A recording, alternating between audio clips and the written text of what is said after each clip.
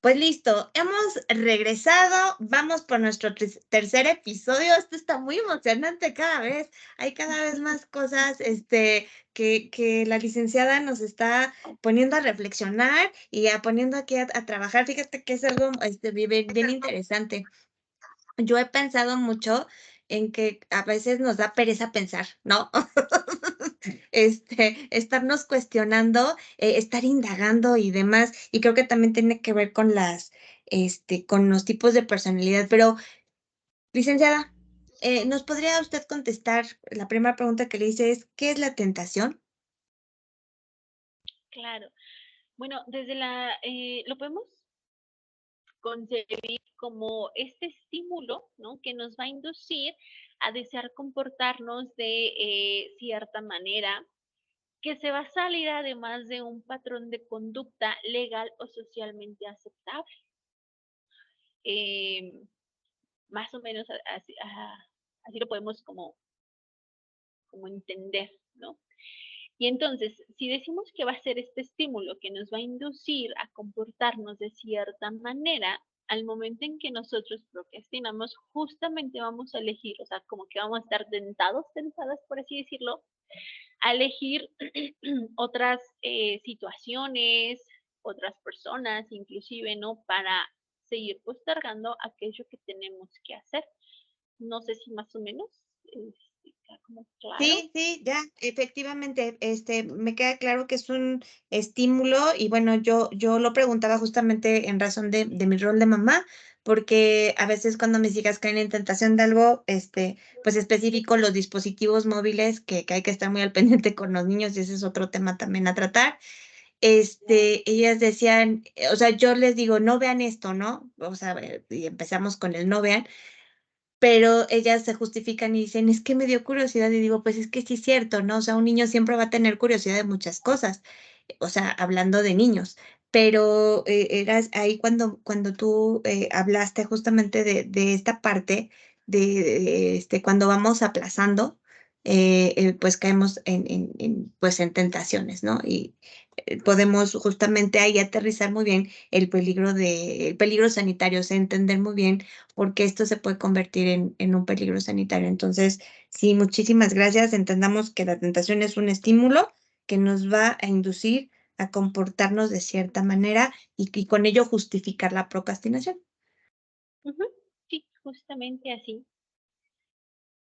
Y entonces, bueno, eh, ¿qué nos va a dejar como consecuencias el procrastinar?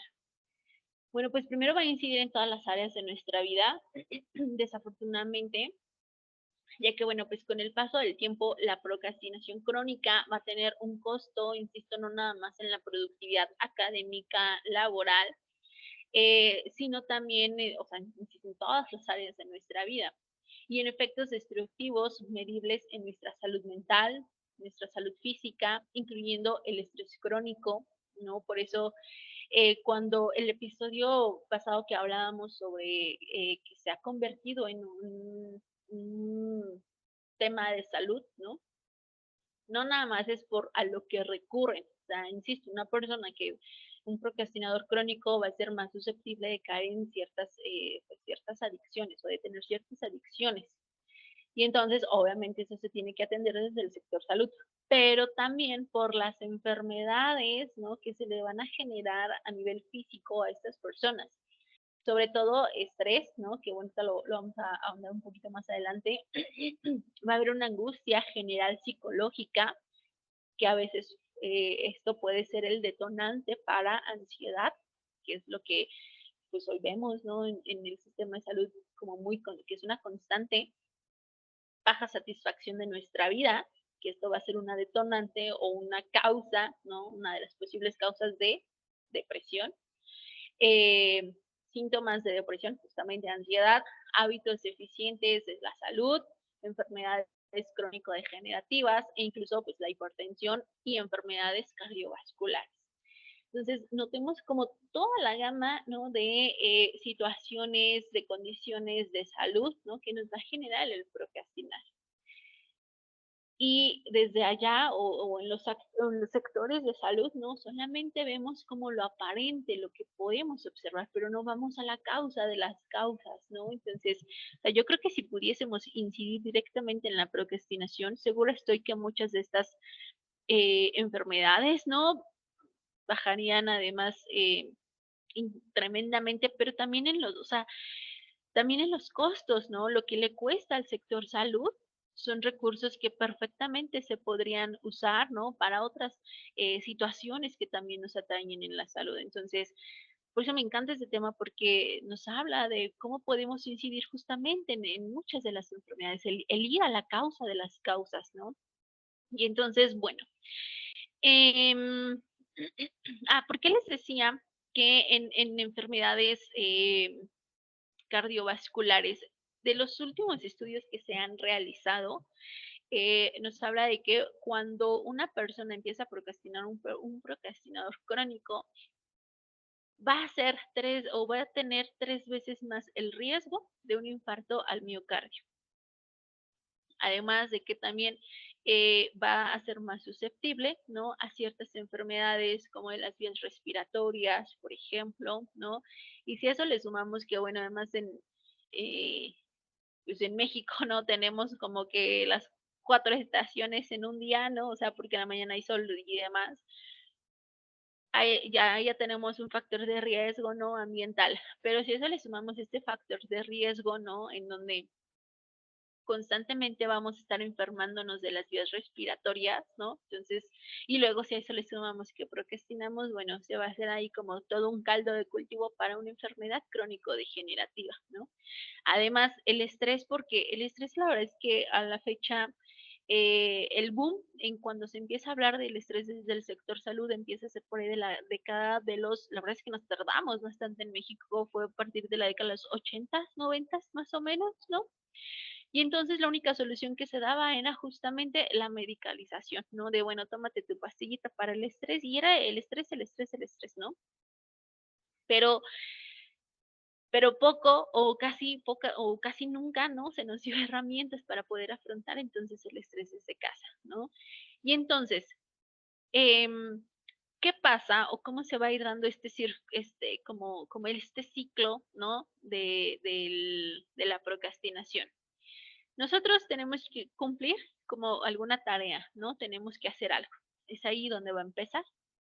Después, en la segunda fase, que es acá donde va a entrar la corteza prefrontal, vamos a empezar como que a planear, ¿no? De, bueno, a ver, tengo que hacer esto, tengo que ir a tal lado, tengo que ir a comprar tales cosas, etcétera. Es ahí donde empezamos a planificar.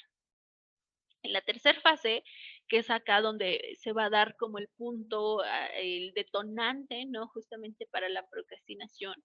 Conforme vemos que se va acercando ese plazo, es acá donde empezamos a procrastinar, en donde empezamos a posponer justamente todo lo que nos sirva para evadir esa responsabilidad, lo vamos a aceptar.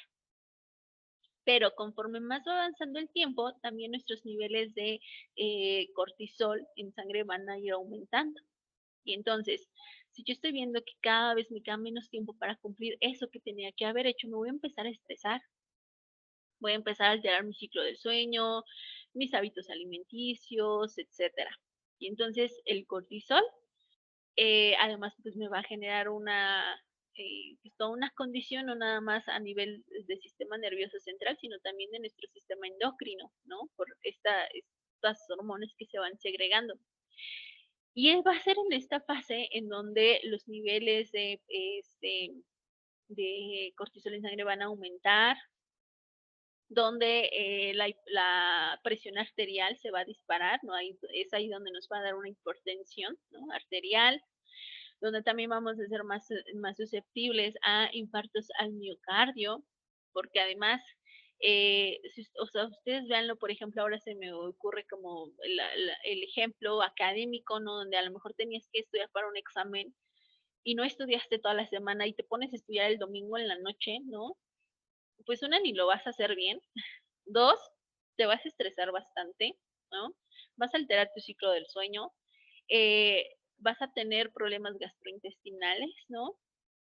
Muchas de las úlceras, ¿no? Que se van generando tiene que ver con, o sea, un gran antecedente es esta cuestión del procrastinar. Hoy ya se están haciendo muchos estudios sobre analizar cómo pues esta relación que existe, por ejemplo, entre cáncer de colon y estrés, justamente, ¿no? Que ahí hay una relación bien estrecha, bien directa, pero es que además si nos vamos a qué hay detrás del estrés, qué hay detrás de eso, pues hay procrastinación, ¿no? Y entonces, insisto, si se pudiera incidir en esto, que es una de las causas para muchas enfermedades, creo que, bueno, podríamos avanzar bastante en ese sentido.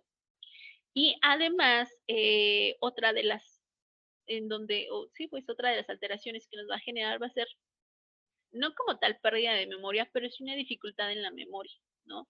Ustedes notenlo, cuando estamos estresados, estresadas, ¿no? Va a haber una mayor dificultad a poder recordar cosas, ¿no? Y entonces, pues si se dan cuenta, va a tener sí, pues una incidencia directa en muchas áreas, ¿no? Tanto de nuestra vida, pero también de nuestro cerebro, esta cuestión del procrastinar.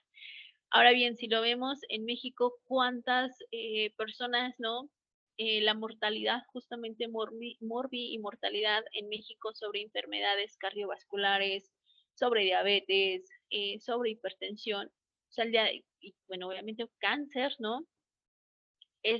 Son temas que generalmente son de los principales temas que se atienden desde el sector salud, ¿no? Ahora bien, esto es en cuanto a las como consecuencias físicas, pero ahora bien, si nos vamos a las consecuencias emocionales que nos va a ir generando esto, yo les decía que desafortunadamente va a incidir en todas las áreas de nuestra vida. Primero, porque como tú ya traemos, ¿no? Como nosotros ya traemos como cierta idea de nosotros que a lo mejor, bueno, si tenemos una adecuada percepción, pues a lo mejor no va a pasar tanto, pero ¿qué va a pasar si nos estamos percibiendo como personas no capaces, como con baja autoestima, ¿no? Esta cuestión del procrastinar me va a hacer a que rechace muy buenas ofertas de trabajo, por ejemplo, lo ve ahora con mis alumnos, me va a hacer a que como estoy dudando de mí, como me da miedo el hacerlo, pues entonces dejo pasar fechas de exámenes de admisión, ¿no? A la universidad. Por eso también me incide en nuestras relaciones eh, sexoafectivas. ¿Por qué? Porque como me da miedo el compromiso, ¿no? Por ejemplo, pues prefiero no, o sea, no comprometerme con esa persona, ¿no? Y recuerdo que yo les preguntaba a los chicos, ¿no? Y si entiende cuántos de aquí están en una relación, que ni te define qué eres, ¿no? O sea, si su novio o novia, o sea, ¿qué? Y es algo, ojo, esto nada tiene que ver, ¿no? Con los estilos de relación, pero es que una persona que procrastina también va a procrastinar en las relaciones, ¿no? Porque es esta persona que te va a decir, hoy sí te quiero, eres mi amor, mi vida, mañana no te hablo, mañana no existes, pero pasado mañana ya te vuelvo a decir que otra vez te quiero, ¿no? Y entonces procrastinamos o aplazamos o postergamos, inclusive en esta cuestión, ¿no? En esta cuestión del el ir sintiendo, ¿no? El permitirnos sentir este afecto genuino por las personas, ¿no? Y entonces también va a incidir justamente pues en el cómo nos vamos desenvolviendo como, pues, para con las otras personas, ¿no? Porque si yo tengo, insisto, esta baja percepción de mí, ¿no? Pues me va a hacer también estar o entrar en relaciones con una falta tremenda de responsabilidad afectiva, ¿no? Entonces, ahora bien, desde el aspecto laboral, yo les decía, creo que de los primeros capítulos que tuvimos, que una persona que procrastina generalmente no va a terminar, ¿no? Las cosas que inicia. Y entonces, hoy inicio algo, no hay como este hiperfocus, a lo mejor hoy vi las plantas y entonces me empiezo a generar todo lo necesario para el cuidado de plantas y demás. Este, pero hoy o sea, me dura la emoción un día, una semana y después empieza a caer, ¿no? Este nivel de motivación, justamente, ¿no? Entonces, eh, me va a hacer abandonar esta procrastinación, me va a hacer abandonar esta actividad que me gustaba, a lo mejor el cuidado de plantas, que puede ser cualquier situación, pero bueno, lo ejemplifico con plantitas, ¿no? Entonces me va a hacer abandonar esta situación. Y entonces, ¿qué va a pasar? Que son personas que ya cuando llegan a consulta, muchas personas me dicen, que siento que no soy bueno para nada. O sea, siento que me gustan muchas cosas, pero que realmente no soy especialista en algo. No hay algo que puedo decir, soy o me encanta hacer esto, ¿no? Porque son personas que después lo vemos sobre todo en el área académica, ¿no? O sea, son chicos que ya después se sienten muy frustrados. Primero se sienten muy confundidos porque no saben qué carrera elegir o hacia dónde ir. Y después ya cuando están en el área, a lo mejor dentro de la universidad, se sienten mal porque es como, híjoles, creo que pues creo que elegí mal, ¿no? Y entonces empieza a abandonar las carreras que inicialmente han elegido. Y ojo, no digo que esté mal, o sea, que bueno, puedas rectificar, ¿no? Que a lo mejor eso no es realmente lo que querías, pero cuando es la procrastinación o cuando es este temor a que no eres bueno para eso, ese es el problema, ¿no? Y entonces, insisto, son personas que hoy empiezan algo y no lo terminan, ¿no? En lo que sea, o sea, inclusive hablando, regresando un poquito al tema de las relaciones sexoafectivas, o sea, inician una relación, ni siquiera la inician bien, ni siquiera la formalizan y luego la dejan, ¿no? También, o sea, hasta eso también se va a abandonar, ¿no? Justamente porque está este temor, está esta cuestión de miedo a comprometerme, ¿no? En cuanto a, o sea, no de ya casarnos, pero bueno, en cuanto a comprometerme, en cuanto pues a la relación. Y además, bueno, yo siempre les digo a mis alumnos, alguien que medio hace, que medio trabaja, es alguien que no va a poder entrar en ninguna, desafortunadamente que no va a poder entrar en ningún campo laboral, ¿no? ¿Por qué? Pues porque nadie quiere a alguien que medio trabaje, obviamente, ¿no? Y entonces, esta va a tener, por supuesto, que una repercusión directa, insisto, en todas las áreas de nuestra vida.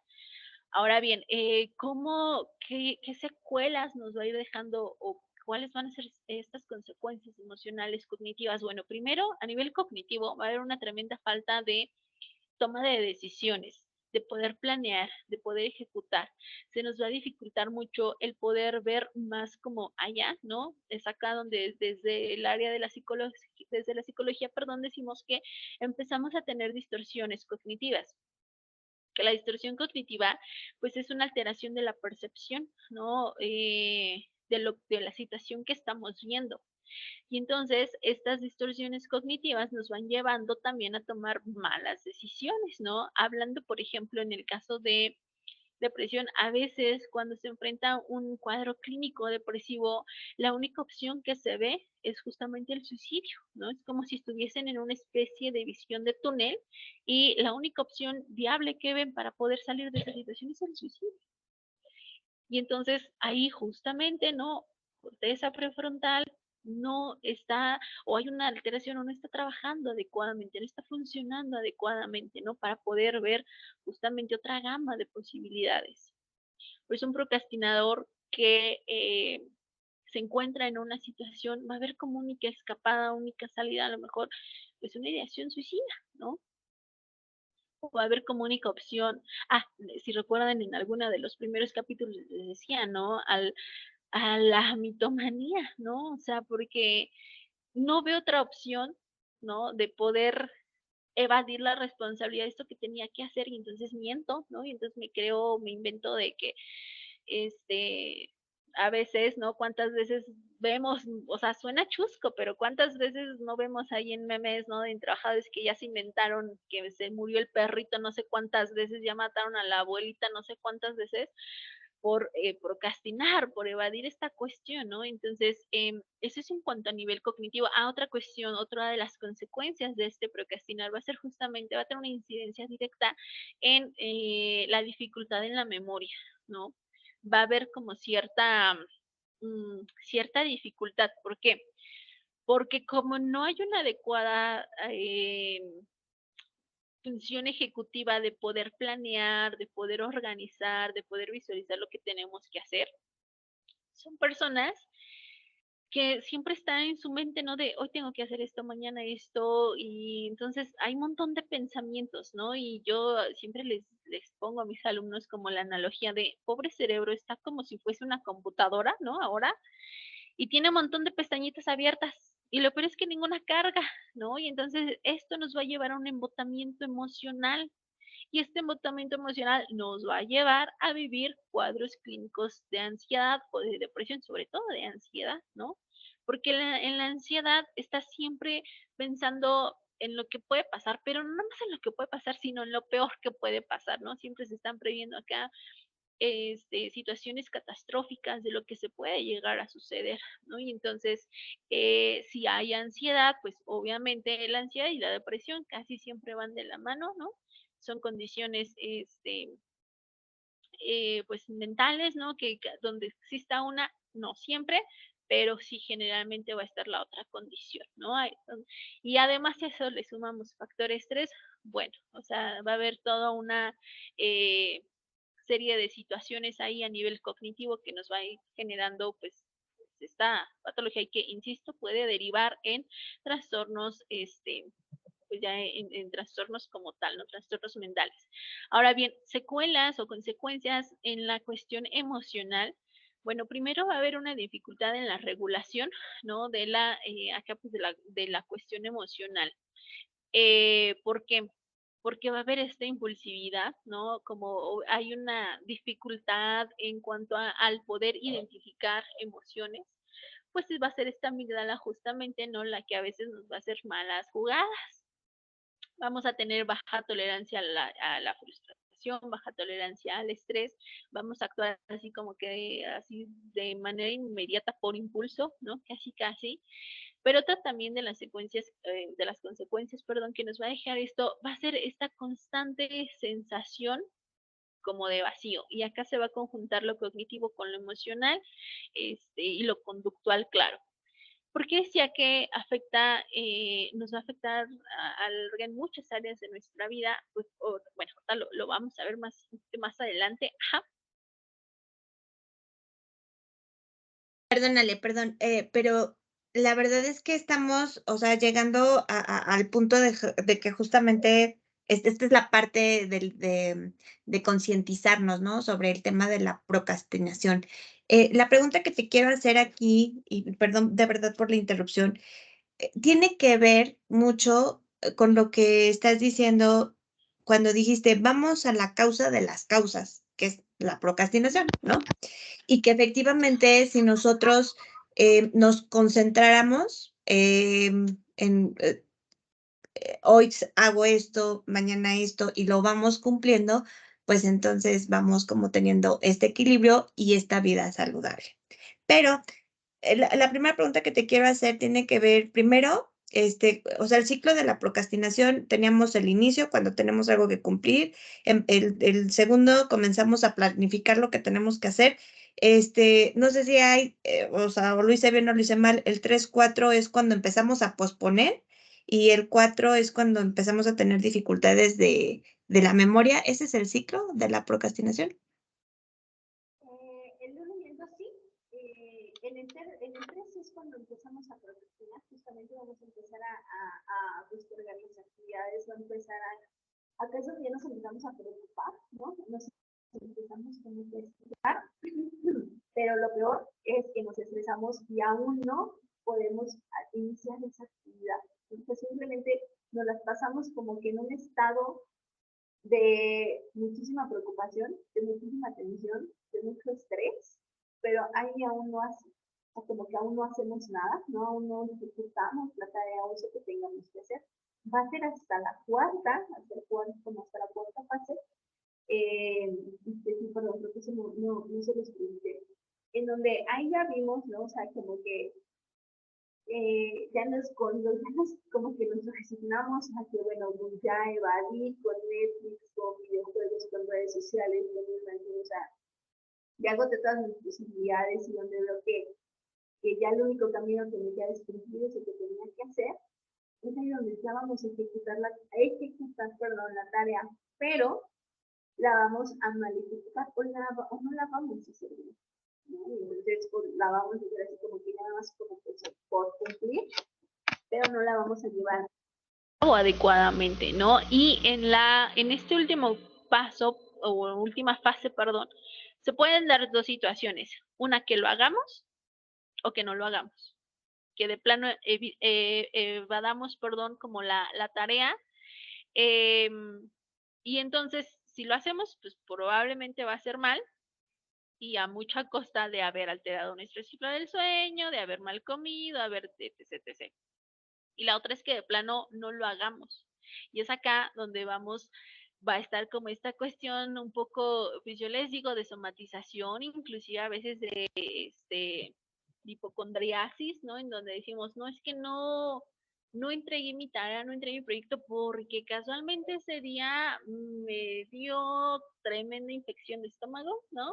O me dio tremenda gripe, ¿no? O sea, y es como de, ok, o sea, sí presentas la condición física, pero ¿qué te llevó a eso? ¿No? Entonces, porque claro, a lo mejor ya al tener una gripe o una infección, pues ya me libra, ¿no? Como de esa responsabilidad.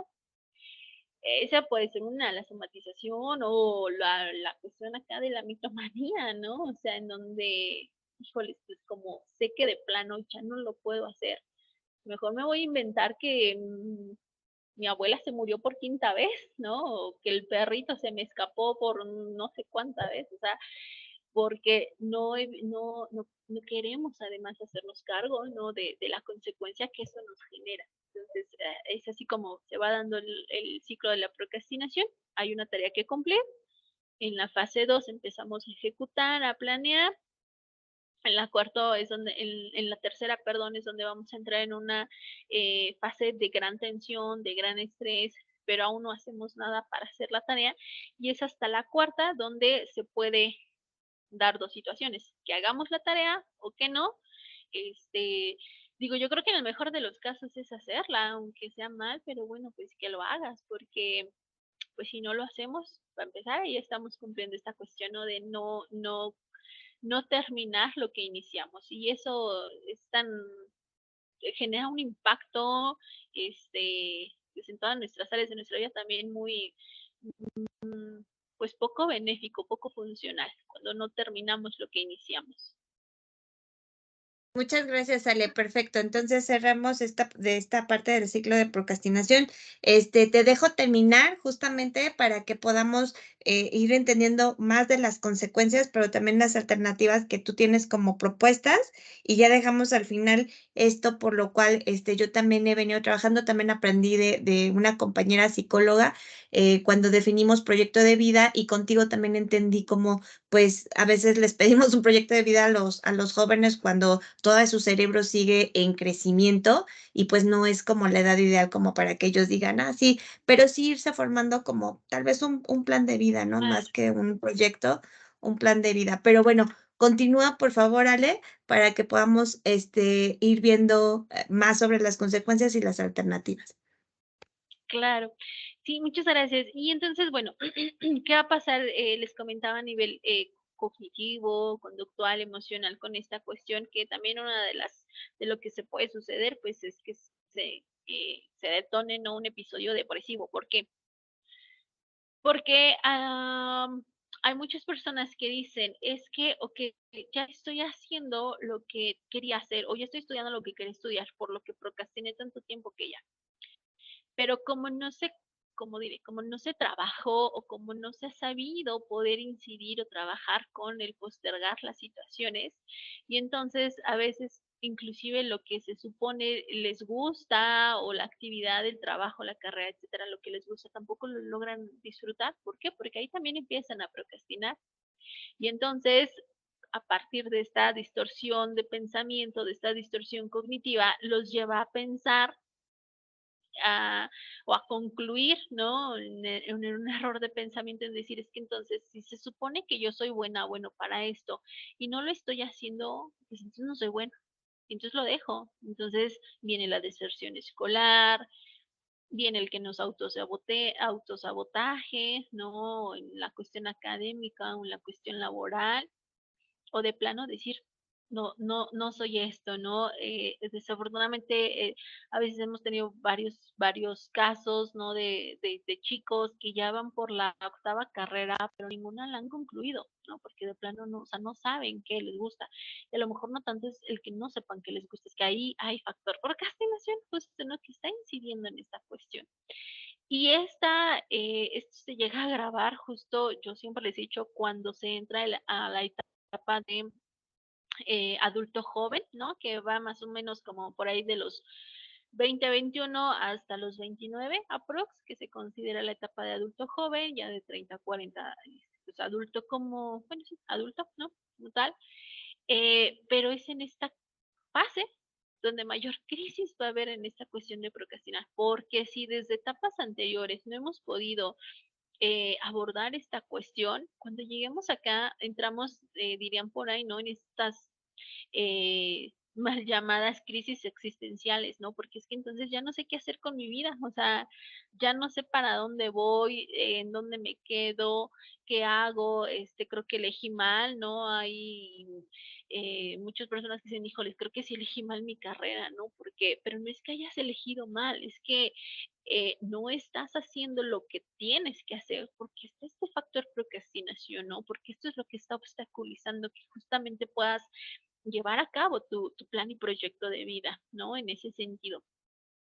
Y entonces, cuando a veces ya llegan a consulta, también si solamente desde la psicología, los psicólogos, psicólogas, nada más tenemos como una visión muy determinista, muy así, automáticamente no les diagnosticamos, ah, tienes trastorno depresivo mayor, o tienes trastorno de ansiedad, ok, sí, sí, pero insisto, pero ve la causa, las causas, o qué está haciendo que esta persona tenga ansiedad, que tenga depresión, ¿no? O sea, ¿por qué no está terminando algo que se supone le gusta? ¿Qué es lo que lo está obstaculizando? Pues es esta cuestión, ¿no? Justamente del procrastinar. Que ojo, hay mucho, o sea, para cualquier condición de salud mental, siempre es multicausal, todo es multicausal. Pero si por lo menos pudiésemos incidir en la cuestión del procrastinar, muchas otras áreas, ¿no? También ya serían pues un poco más llevaderas. Y entonces, resumiendo, ¿qué consecuencias nos va a dejar la procrastinación? Bueno, a nivel físico, enfermedades crónico-degenerativas, a nivel emocional, pues como una alteración en la regulación de nuestras emociones y en el conocimiento de nuestras emociones. A nivel cognitivo, pues justamente puede ser el antecedente para que se den muchos otros trastornos, trastornos mentales, ¿no? Y entonces cuando se hace como todo este conjunto, y bueno, a nivel social, mucho de a nivel social también, el costo social es muy alto en las personas que procrastinan, porque en algún momento son personas que no que se aíslan, sino que va siendo la misma sociedad quien los va aislando. ¿Por qué? Pues por supuesto que nadie quiere estar con alguien que hoy te dice que te quiere y mañana ya no. Nadie quiere a alguien que hablando en escuela, ¿no? Que nadie quiere a alguien que nunca trabaja en el equipo, que te manda la exposición hasta el último día, ¿no? En la última entrega. Nadie quiere a estas personas que medio hacen, que medio trabajan, que medio sienten, que etcétera. Y entonces el costo social realmente es que es muy, pues muy triste, yo lo diría así, porque llega un punto en que las personas no quieren estar cerca de estas personas, ¿no? Y bueno, muchísimo menos, obviamente, hablando laboralmente, ¿no? O sea, ¿qué institución va a querer a alguien que medio trabaje, que medio haga, ¿no? O que siempre me da la excusa, ¿no? De, es que hoy se me fue el internet, es que hoy se murió mi perrito por quinta vez, o sea, nadie quiere a una persona así en ese sentido. Entonces, yo creo que el costo social que pagan, la verdad es que es muy pues muy alto y muy triste y a lo mejor uno pensaría, no, pero es que la persona es así, porque también caemos mucho en el estigma de decir, ay, es que es un holgazán, o es que no trabaja, o es que esto, aquello, es muy fácil que socialmente caigamos en este estigma, ¿no? Y los vamos como que aislando, pero la realidad es que no, o sea, no está procrastinando porque quiere, o su procrastinación no es holgazanería, es que realmente está ocurriendo algo acá en su cerebro, ¿no? Algo a nivel orgánico, biológico, que le está llevando a esta condición. Entonces, y yo creo que también esa es una de las cuestiones de las por qué tenemos, o sea, la urgencia de hablar de estos temas. Porque cuántas veces nosotros no hemos dicho, nosotras mismos no hemos dicho, ay, no, yo no quiero trabajar con esa persona porque nunca hace nada. ¿No? Porque nunca entrega nada, o yo no quiero estar con esta persona porque nunca llega, ¿no? O porque nunca, no sé, les calificamos, les catalogamos como de personas que no son constantes, pero no es porque lo decidan, o sea, yo creo que nadie conscientemente un día dice, hoy me quiero autosabotear, ¿no? No, nadie lo hace conscientemente, ¿no? Pero también, o sea, la pasan muy mal porque además es una cuestión que también viven muy en silencio, lo vivimos muy en silencio, muy desde la vergüenza, porque, híjoles, qué vergüenza, no sé, por ejemplo, que a lo mejor mis alumnos sepan que ya me tengo que entregar calificaciones y que no he calificado exámenes porque no quiero sentarme a calificar exámenes, ¿no? O sea, lo vive, se vive muy en silencio esta cuestión. Genera mucha culpa, mucha vergüenza el procrastinar porque me da miedo justamente que las personas sepan que estoy postergando actividades porque, híjoles, ¿qué van a pensar de mí, no? Entonces, pero la realidad es que, o sea, si pudiésemos hablarlo de manera más abierta, nos daríamos cuenta que no nada más eres tú, soy yo, la otra persona que me está viendo, que todos llegamos a pasar por momentos así, ¿no? En donde vamos postergando actividades. Y yo creo que inclusive si se pudiera hablar más sin estigma, más de decir, o quitarnos un poquito este chip, no decir, ay, no es que no lo hace porque es flojo, porque es floja, nos daríamos cuenta, ¿no? Que esto que me pasa a mí también te pasa a ti, bueno, es que entonces también debe haber una cuestión, social, económica, política que haga o que está favoreciendo que estas condiciones se den, ¿no? Y entonces, eh, sí, desafortunadamente se vive mucho en soledad, se lo vive mucho con vergüenza, con culpa. Y además, como está esta situación, es por eso que muchas veces que no nos atrevemos a pedir ayuda, ¿no? A decir, híjole, ¿sabes qué? No estoy pudiendo tratar esta situación, ¿no? Se me está complicando bastante terminar lo que inicio, se me complica bastante comprometerme en las relaciones interpersonales, siento miedo de aceptar un cargo, ¿no? ¿Cuántas veces vemos muchas personas que a lo mejor reciben que son candidatas a un ascenso laboral, pero mi miedo de no hacer las cosas bien o que pueda fallar les hace decir no, ¿no? Y entonces es como, no, mejor no, y entonces les hace caer como en esta zona como, pues yo no diría que de confort porque sí lo sufren, ¿no? O sea, sí se dan cuenta que sí tienen el potencial, pero no saben qué les pasa. Y se piensa que nada más es o que es uno solito lo que está viviendo esa situación, o que lo vives o que eres así porque quieres, y la realidad es que no, o sea, yo creo que si pudiésemos, yo creo que nadie diría, ay, hoy quiero procrastinar, hoy quiero aplazar esto que, o sea, yo creo que conscientemente nadie lo diría, ¿no? Pero, pues, bueno, esas son como algunas de las consecuencias que nos va dejando esta cuestión del procrastinar.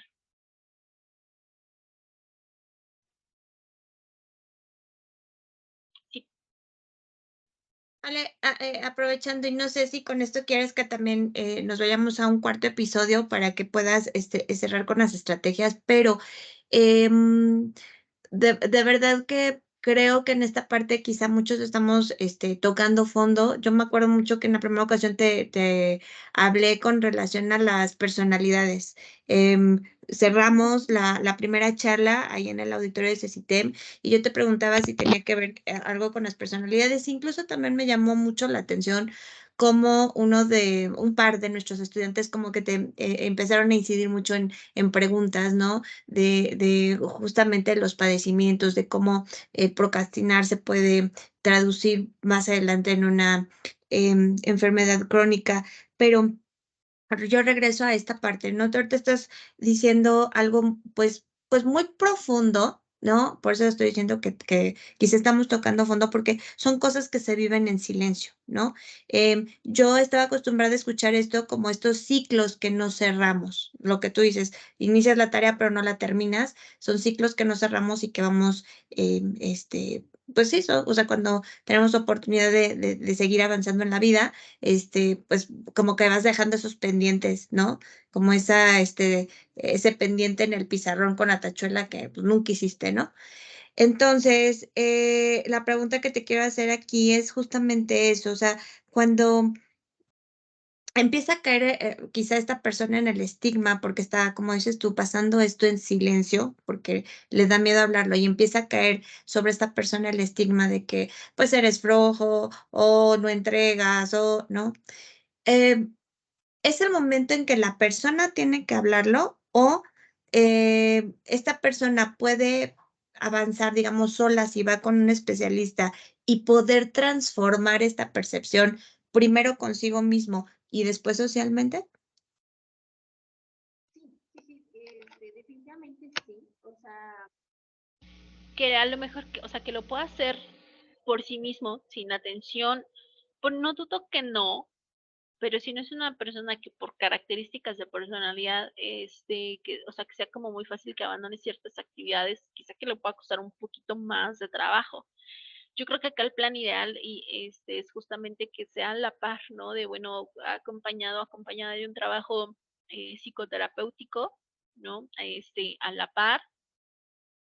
Eh, hay ciertas, como bien lo mencionabas, hay ciertas situaciones de personalidad o ciertos trastornos que también van a ser ahora lo contrario, ¿no? Bueno, la procrastinación ya vimos que va a ser como el antecedente en algunos momentos para trastornos, pero también van a haber ciertas rasgos de personalidad, ciertos trastornos que nos van a hacer que podamos o que seamos más vulnerables a procrastinar. Por ejemplo, TDA, ¿no? El trastorno por déficit de atención e hiperactividad, generalmente cuando está esta condición van a ser, pues, van a ser más vulnerable, más, sí, pues, va a ser un factor de riesgo para que estemos procrastinando.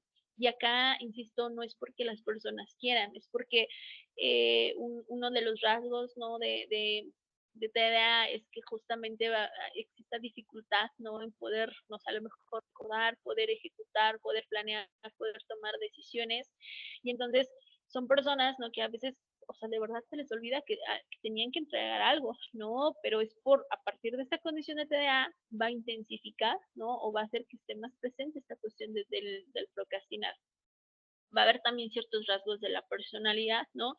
Yo creo que sí te lo comentaba, ¿no? De, por ejemplo, una personalidad evitativa, ¿no? Va a ser mucho más probable que esté procrastinando. Va a empezar porque vas a estar como evadiendo, ¿no? Muchas cuestiones, sobre todo el compromiso, ¿no? Y todo lo que tiene que ver acá con estas cuestiones. Pero si yo tengo una personalidad del tipo evitativa, por ejemplo, va a ser como, insisto, más probable que esté procrastinando, ¿no? Porque va a estar ahí presente el miedo a hacer algo que quiera hacer, por miedo a que no me salga bien, por perfeccionismo, etcétera, ¿no? Y entonces sí va a haber como estos factores, ¿no? Que también pueden estar incidiendo pues bueno, en esta situación. Y no recuerdo, mencionabas algo de como de si había como algunos rasgos, ¿no? Que nos pudieran hacer más propensos a. Sí, sí, sí. Bueno, esa fue en la primera ocasión que te escuché con el tema, en Cecitem. Efectivamente, yo te hice esa pregunta bueno, ahorita, me estaba enfocando, retomando un poquito eso y saber, si la persona que lo está padeciendo, y que lo vive en silencio, es momento como para atenderlo y que si pudiera, pues, cambiar esa percepción, primero para sí mismo y enseguida, pues, para el resto de pues, de la sociedad, ¿no? De la comunidad que lo rodea. Sí, y yo creo que, bueno, acá mucho del trabajo desde la psicoterapia va a ser, claro, justamente primero trabajar en esta percepción, ¿no? Que la persona tiene de sí mismo, de sí misma, para poder entonces incidir en esta cuestión.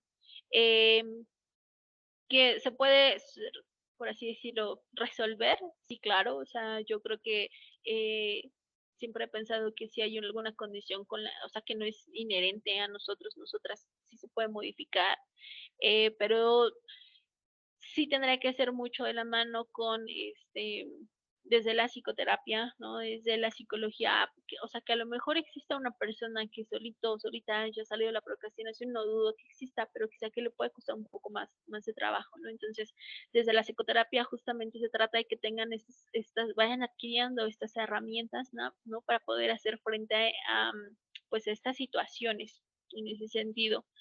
Em, y bueno, pues también trabajar directamente en ciertos rasgos, ¿no? Como la personalidad. No es que vayamos a modificar la personalidad para que ya no tengamos esta condición de procrastinar, pero más bien como ir haciendo como ciertos ajustes, ¿no? Ir trabajando.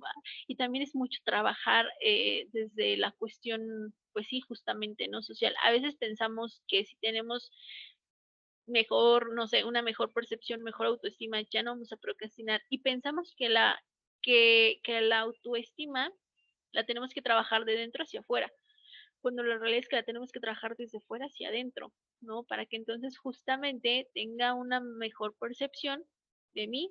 Pues es que no quiero decir mejor o mala percepción, ¿no? Sino una percepción más funcional de mí misma y entonces sí, ya la procrastinación no va a ser un elemento que esté tan presente.